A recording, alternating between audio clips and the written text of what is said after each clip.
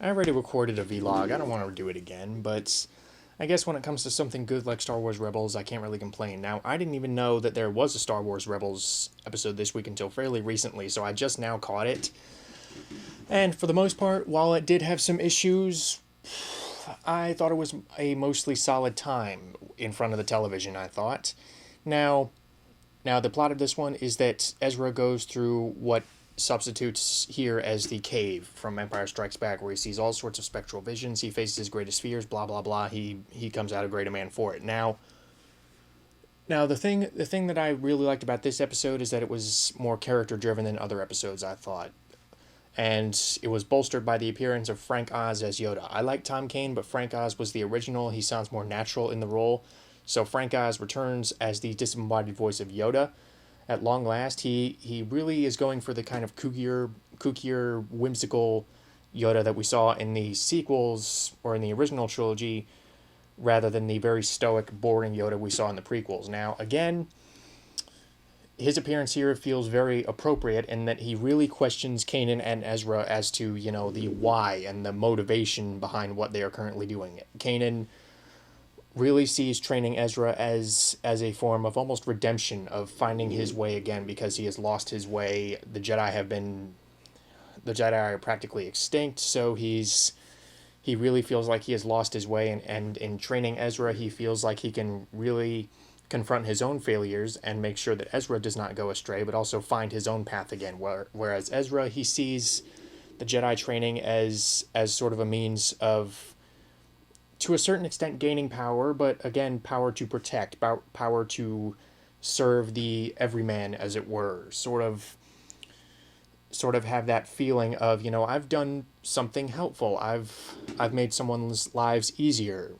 A feeling that he believes the crew of the Ghost know very well, in that they help people practically every day. They're rebels.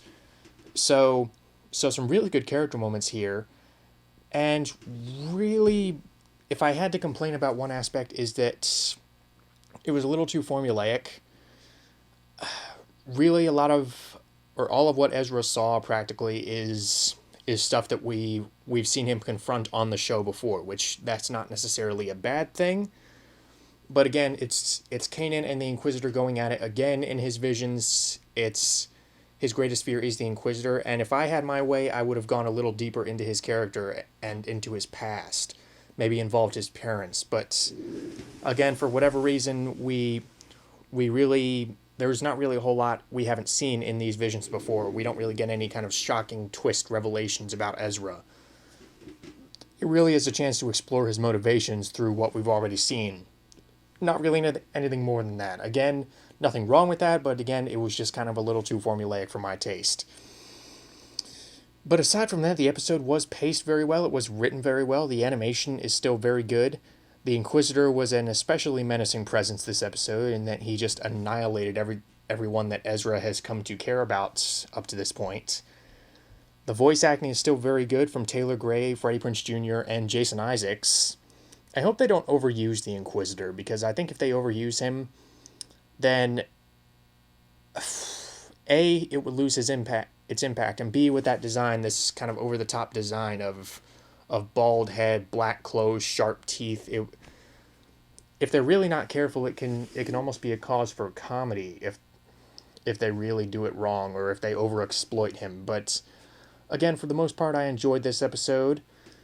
Not really a whole lot we haven't seen before, and all that is kind of bolstered by the fact that we are still on Lothal, but there was a slight change in scenery in that they were kind of in this underground temple type thing. So again, and I also liked how a lot of the spectral material that we saw was very understated, unlike the Clone Wars, which could sometimes go a little overboard in, what they could show on screen and subsequently explain through, the Force, the living embodiment of the Force, because we did see some pretty crazy stuff on the Clone Wars. In the Yoda arc toward the end, where he finds out how to become a Force ghost, and also in the Mortis trilogy, stuff like that. For the most part, there wasn't really any of that here. It was all very character driven. They weren't really preoccupied with giving us these extravagant visuals.